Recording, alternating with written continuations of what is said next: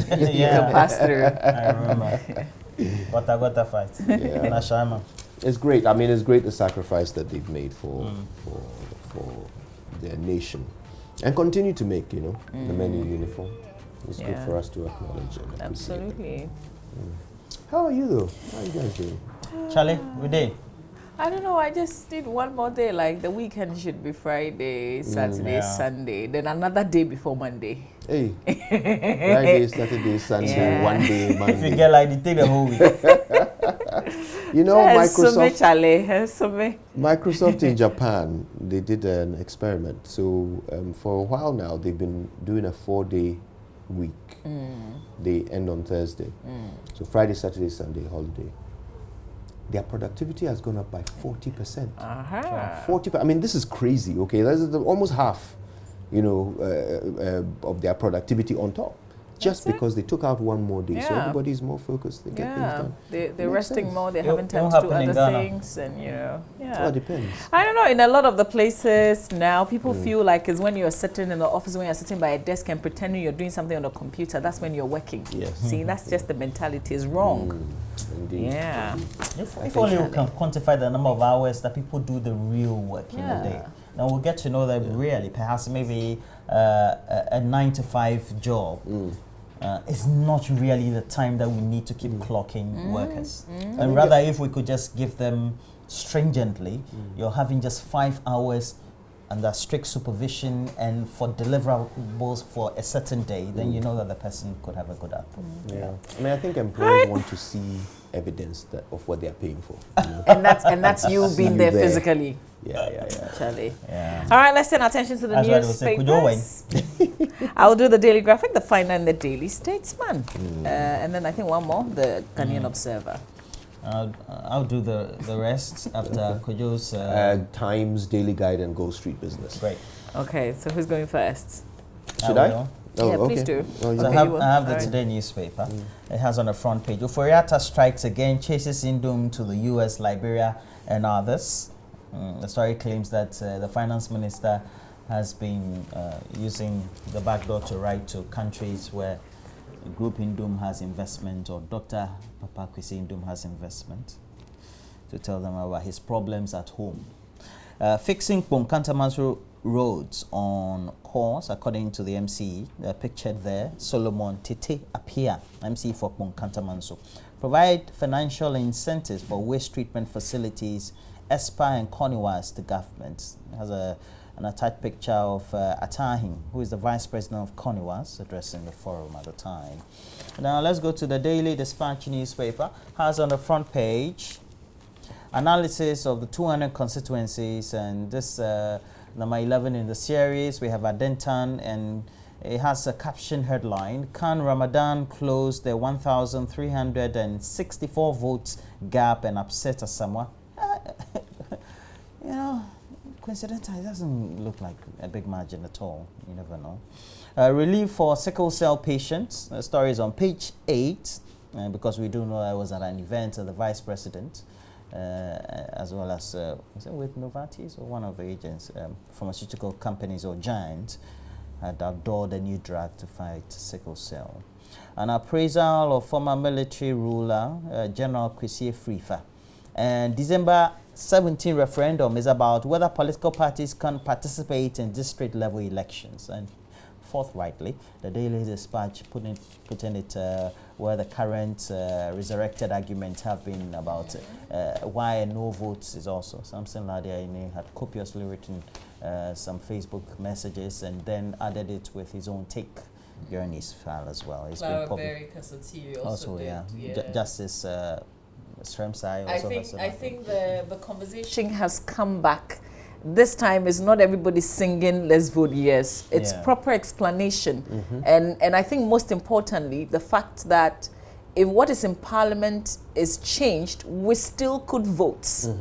Except that it won't be partisan. Exactly. You know, and that bit has been missing. Of course. Yeah. Of course. And in fact, it makes you worry even more about the fact that people like the president have said openly that go and vote yes. Well, even the Ministry of Local Government's Rural Development. Yeah. Absolutely. They're saying go and vote yes. So essentially what they're doing is, yes, we're adjusting the we're fixing a problem in the Constitution, but we're immediately creating a new problem, or we're cancelling the effect of the solution immediately. So yes, we'll let you vote, but we'll immediately make it partisan, so that the problem that you have with national elections and parliamentary elections will also become a problem for you at the local level. I don't know why anybody would actually consciously opt for that. But the president has called for it, has said, let's do that. You know, local government because ministry, for the political parties, it favors them. Yes, IDEG has also been calling for partisan elections. So, I think the agencies responsible for educating haven't done a good job. Yeah. You know, their job was to explain what it is and let the people decide. But it looks like they've decided for the people, But and they're even encouraging the people to just go and vote. But Yes. even that is deliberate.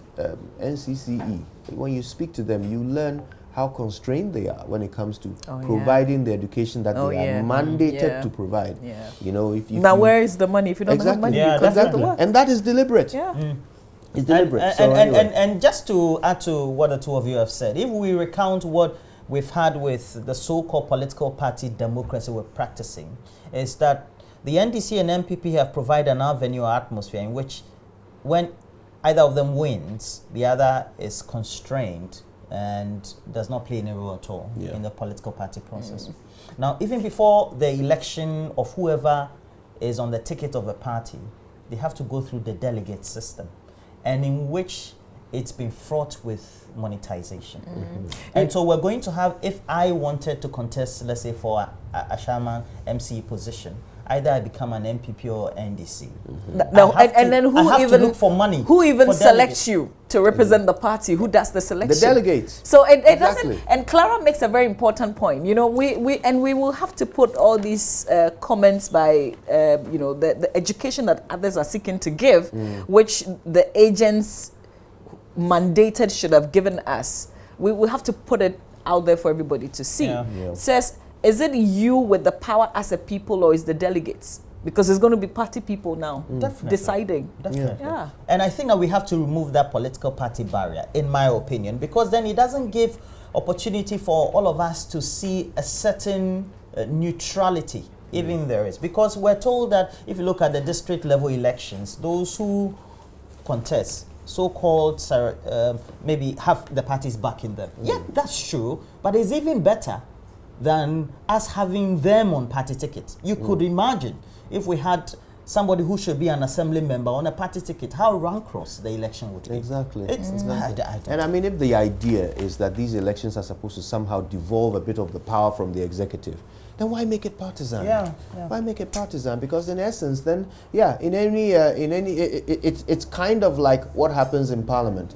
Whomever is the president tends to get a majority in Parliament as well. So you would tend to see a majority of,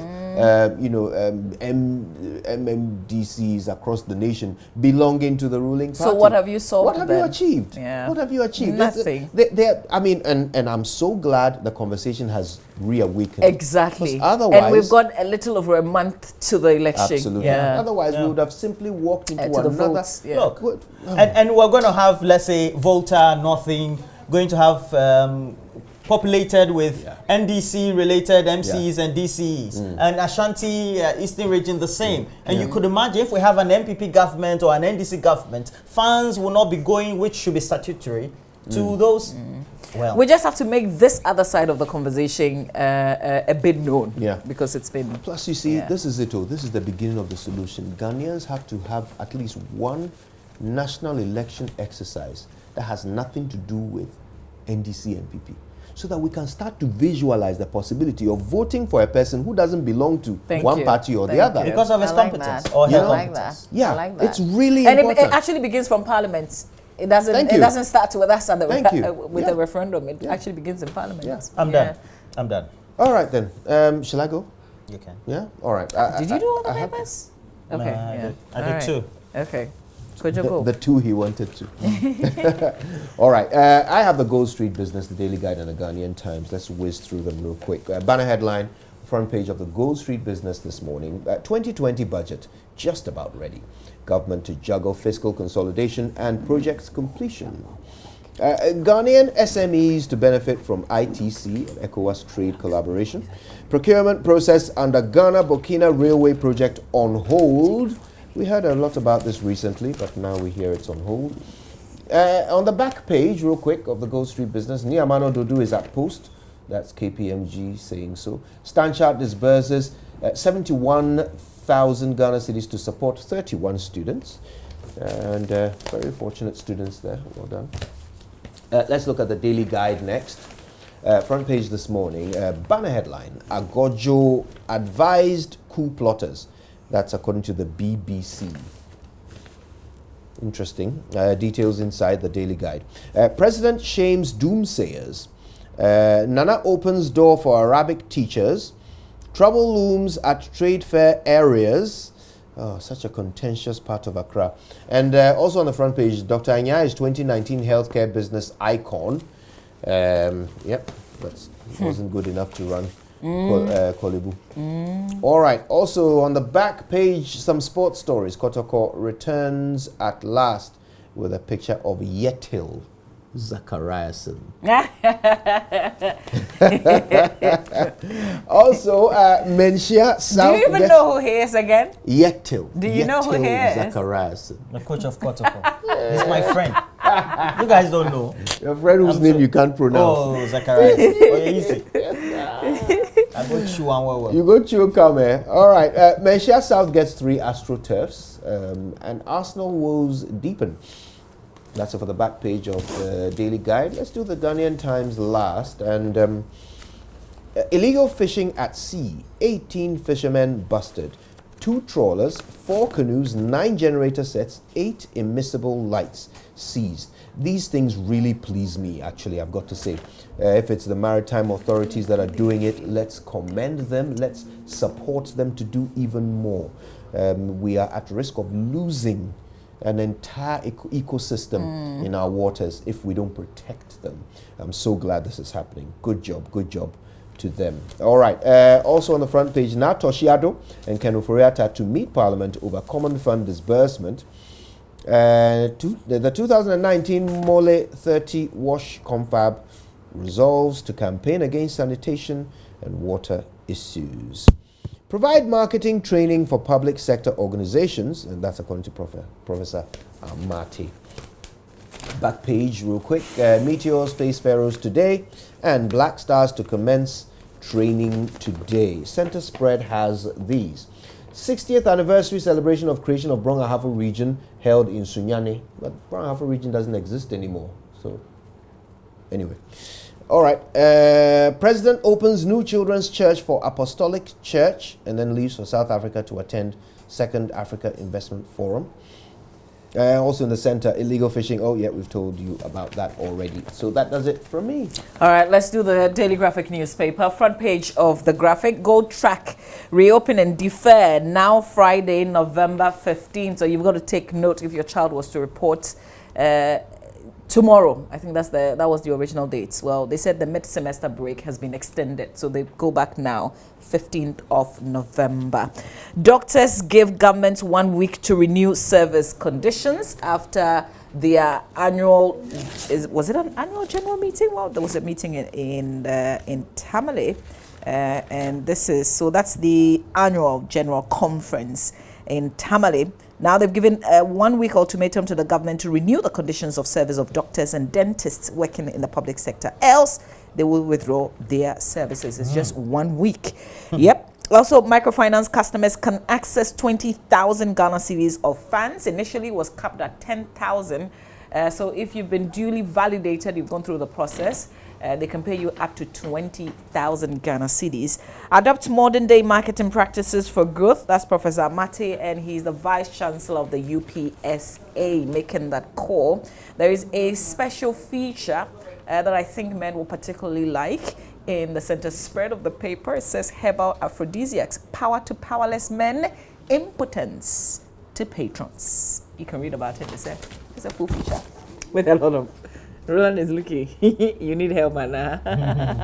Let's do the back page of the Graphic. Local businesses buckle under Nigeria border closure. Knights and Ladies of Marshall support Upper East flood victims. to the Finder newspaper. Front page of the Finder, 77,000 clients, 8 billion Ghana cedis estimated in shutdown of 53 fund managers. Chinese Vice Premier touts Ghana's development under Nanado. GMA threatens to withdraw services. Next year budget must address textile industry challenges. That's a call by the GFL. To the Daily Statesman front page, China's Vice Premier plots Ghana's economic stability under Akufo-Addo. Mahama is desperate to say anything. Information Minister rubbishes JDM's uninformed comments on economy. Also help build a progressive, prosperous Ghana. President urges the church. And the final newspaper for me is the Ghanaian Observer. Akufo-Addo calls on churches to help build a progressive, prosperous Ghana. Mahama weeds for votes. Ghana government supports young businesses with 30 million Ghana cedis. Chinese Vice Premier Lord Akufo-Addo, Baumia given rousing welcome at Nalerigu Damba Festival. That's it for the newspapers. On my side. Mahama does what for votes? Oh, Mahama weeds for votes. As in wheats. Or a dough? No. Yeah. You know, like we should have... shouldn't we have elections like every 2 years? Because then we would see a lot of things happen, you know. Oh dear. We'll see our candidates do all sorts of things. We'll see roads fixed. This morning when I was driving, so there's a portion before I joined the very main road from where I live, I realized, oh my track line, so me say, hey, things are happening, you know? You sure this a big man who can do your area? Yeah, I don't know. I mean, the main road has been done, but there's a shortcut because otherwise you have to go and do this long U-turn. So there's this, back road that we've been using, and particularly when it rains, is horrible. And then to my surprise this morning, I was like, oh my God, it should be every 2 years, you know? Charlie, 4 years is bad enough. 4 years is bad enough. I don't know how we will cope with every 2 years. You know, when the Iowa to West Wogon election was about to happen, then, when the NDC left power, they were doing, the inner city roads. So immediately, before you get onto the section where we used to have the Sakodia shop, or before you get to the Joe. Okay, they had stopped the construction of the road or the surfacing of the road just up to some point. Immediately, the by-election was about to come. We fixed everything. That's it. And now they've been able to complete up to where the FDA or MPA offices and the former Men's Gold office. I've seen that. So you see, they are giving you a very clear message. They are telling you as a voter that it is only your vote we care about. Yeah, man. That's it. So that let's do it every 2 years. That will make us do our job. So let's do it every 2 years, Let's bring it home. No, Charlie, the stress. Like we all understand the language. The stress. I mean, if we have to come and stand here and count, and double count EC's numbers every 2 years, some of us will grow old. You know what they've turned the people into? We see a lot of people demonstrating. People are demonstrating about road. People are giving ultimatum to government. That's what they're turning the people into. Gradually, a lot more people will be hitting the street, and they know the right time to do it. Please, and they will tell you, if you don't do it, don't come to my area. Please, this thing that you have said, they will say you are staging coup. Oh, hey, I beg, I'm not part of any group. No WhatsApp group. WhatsApp is not involved, so it's not a coup. It's just the consolidated three. So, unless we have a WhatsApp group. Us now. It's just what I have observed. Which cell cantonment or hey, I beg you. BNI. Yeah. As a senior official of multimedia. I can imagine Mama V police graves coming and these things have been translated into WhatsApp messages. But it's you actually don't want to find yourself there, because I was going to say that the first person I'll probably call will be Samsung and Martin Pebu. But if you look at the way they've had clients and they can't sit up. But I think that which time do you think that when we pick you up, your family will not like? So that when I tell your husband and your children that instead of 6 o'clock, we'll come and pick you at 9 p.m. Now I know if I'm picked up, the only person I'll call will be the Deputy Attorney General. Godfred Dami. No friendship. Oh. No friendship. No friendship, strictly business. I That's closer to the power, you know. I know, I know who I'll call if I never picked up. You know, yeah. One phone call, I think he'll send me. You know, yesterday I had a couple of my friends exit my school page, and then I said, Prof. So one of them was a leading professor in UCC, and then I said, Prof, this thing where you did do the no fresh. Make you put. Then he sent me this viral message that's saying that due to monitoring of something on WhatsApp group, you have to be careful. I said, oh, this he's a professor. Do you know what he's gone through to become a professor? Then one WhatsApp group comments. I told him, oh, nothing will happen. Be steady, eh? Anyway, I guess it's time for sports now. Yeah, and everybody's been talking about Liverpool. Now 8 points clear ahead in the English Premier League. Yeah, this is their season, I think. Oh, They've started well. They seem to be necking it when you don't think they should. We've said that for a very long time for Liverpool. I don't know. Let them take it, then I'll know. I'm not giving up on Manchester City. Okay, maybe if by February they're still leading the league, then you can say, yeah, because they've lost an 8-point lead before the last season. Liverpool we're talking about. Yeah, that's true. Well, let's see how it goes. Yeah, it's theirs to lose, I guess. Yeah. All I'm told that Pep Guardiola was in contact with Obinim and told him that match he shouldn't have appeared the stadium wearing the jacket he was wearing, but he didn't listen. Oh. Now he needs a sticker, it'll be fine. Obinim was there. Benedict is coming up with the weekend sports and what to look ahead this week. All coming up in sports. Stay with us.